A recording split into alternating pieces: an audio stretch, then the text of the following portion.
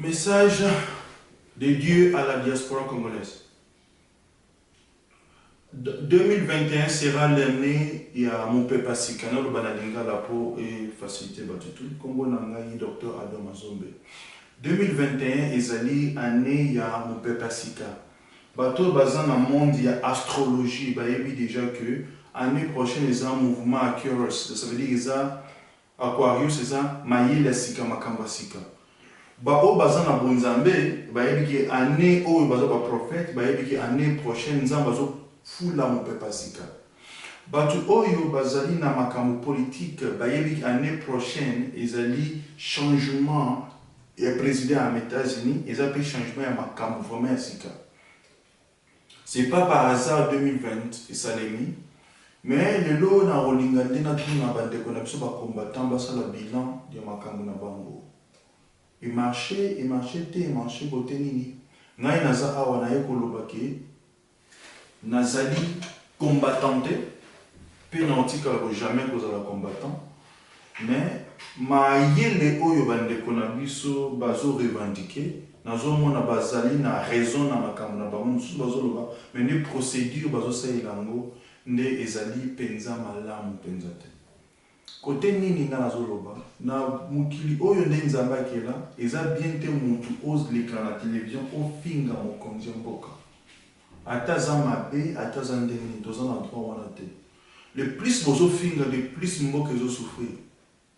Ce qui te continue quand on a accoutrement au finga kaka, tu continues, tu vas nous kaka. La RDC, Zalimbo Kaweza Israël, peut pour moi un monde. Les recherches ne sont qu'il est où wana. 80% oxygène dans mon qu'il est où dans le Congo.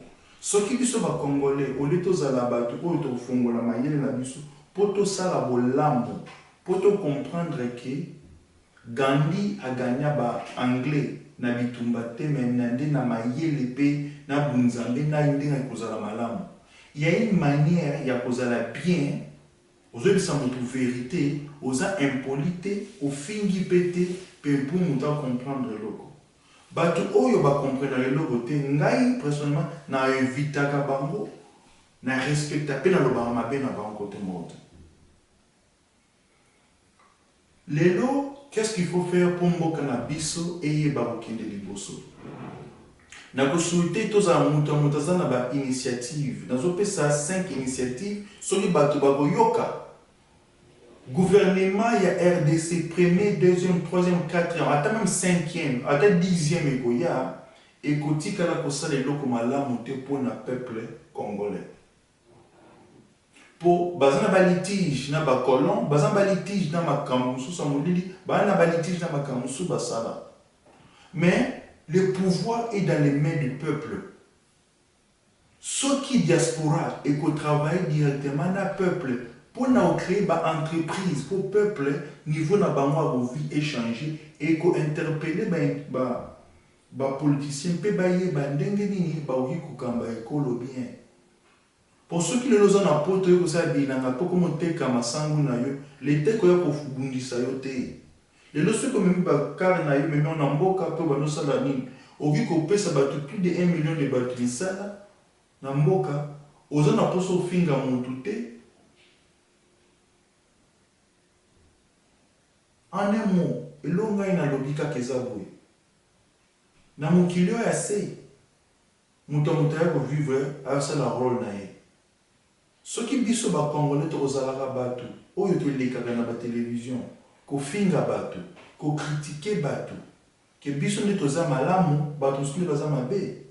Mon frère tozo sala ki tozali la kisi ki tozali na toza na se ya mutu o ayebi lo ba kosana mokili.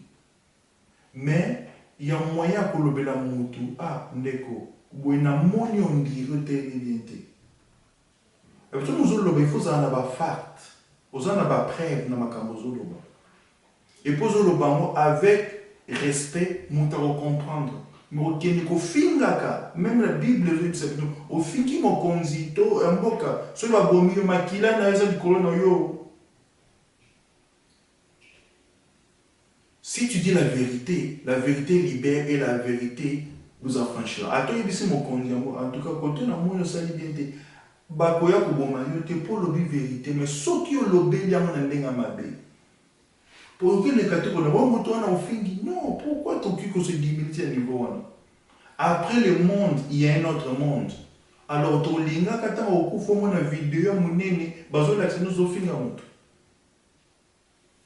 eza penza malamu te tobandi initiative comme un jeune estudiantique jeune entrepreneur chrétien lakisi mutu oyo aza nabaki na pesa ba idée 5 pardon na bosana idée liboso totika kofinga to créer exactement projet exactement nini tolingi tosala ba projet ni ba diaspora ba kosala moko na moko bazo pesa kaka 10 centimes ba tia on a compte moko pour ba développer commune moko so bolobi $1 tout ça combien de Congo dans le monde entier ba pesa $1 et ça là mutu mo passe ta moto to kyo somba n'importe quel mabele to créer la cité de la diaspora na kachamboka.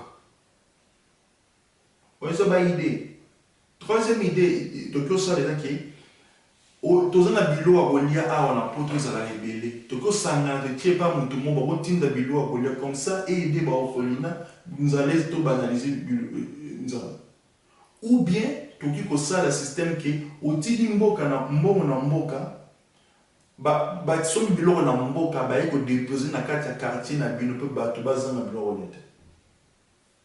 Ils ont même un peu ma pamboli pour na yo, ma pamboli pour na mboka na yo.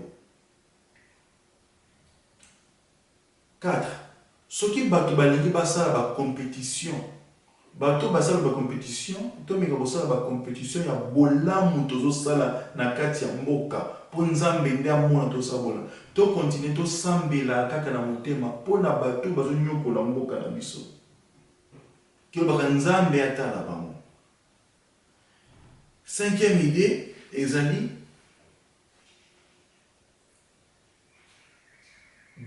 kibobiso kimbangu aya na mboka pona nini aya koloba nini aya kosala nini message ezalaka nini to changer niveau ya éducation ya mboka na biso éducation tozwa ezali éducation en 1800 et quelques ekotikala ko développer son a iloko mon côté faut to changer système wana po comme makamba mayela sika soki mindele ba okele na niveau internet il faut to luka loko za plus makasi ki internet et comme ça plus puissant pour nyonso mindele ya sali ezali et l'autre côté par rapport à loko mutu mwinda za na possibilité au sala to yeba komini nga biso to tika kofinga na ba internet to tika ko circuler ba bulumbu ya batu na ba internet to tika biloko wana nyonso ya mabe po to yeba ko sala ba comportement oyo ko bongisa mboka na biso na 5e idée na bosa ni koloba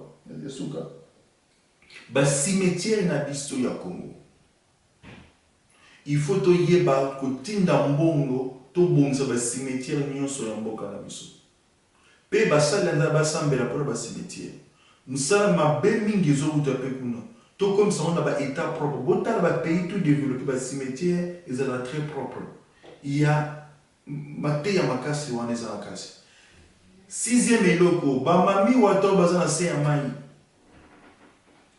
tozo bebisa ba mai tozo boaka ba salité ba kopal ne tozo benga et ba izo pesa bango ba kanda bazo sala biso pe mabe te ba kobongisa mai to tia propriété na kati ya mboka et ko attirer ba grâce ya malamu na mboka to isala ba convenance na minoko na biso to kotikala koloba mabe ya mboka te to banoloba ka mbolamu po mbolamu ebanda komata pona bandeko na biso bakulu na to miyibi to yeba ko iluka moya ko encadrer bango na bolingo na misala pe na bwanya to kolonga soki to luki banzela oyo te to kena nzela kofinga ya robinda kisa ya oyo to kotikala na position pendant temps mulai mupepa sikezoya bandeko ebele bakolamuka mais na bolingo na misala pe na bwanya to kolonga na bondeli lisusu bandeko na ngai ba résistant bosa résistance na bwanya pe na bolingo pe na misala et non na kofinga na bandeli lisusu ngai oyo ezali message yangi na loba yango na ngai kombo docteur Adom Mazombe nazali moko ya vino oyo na mboka Irlande nasali ba exploit ebele nazalaka député oyo eshwaka na candidature nakoma conseiller ministre moko na matière intégration to travailler nous travaillons toujours dans l'Union européenne na sala te misala ya okilbo na liaga lisusu bambomo nous travaillons dans l'Union européenne nous travaillons dans les Nations Unies nous travaillons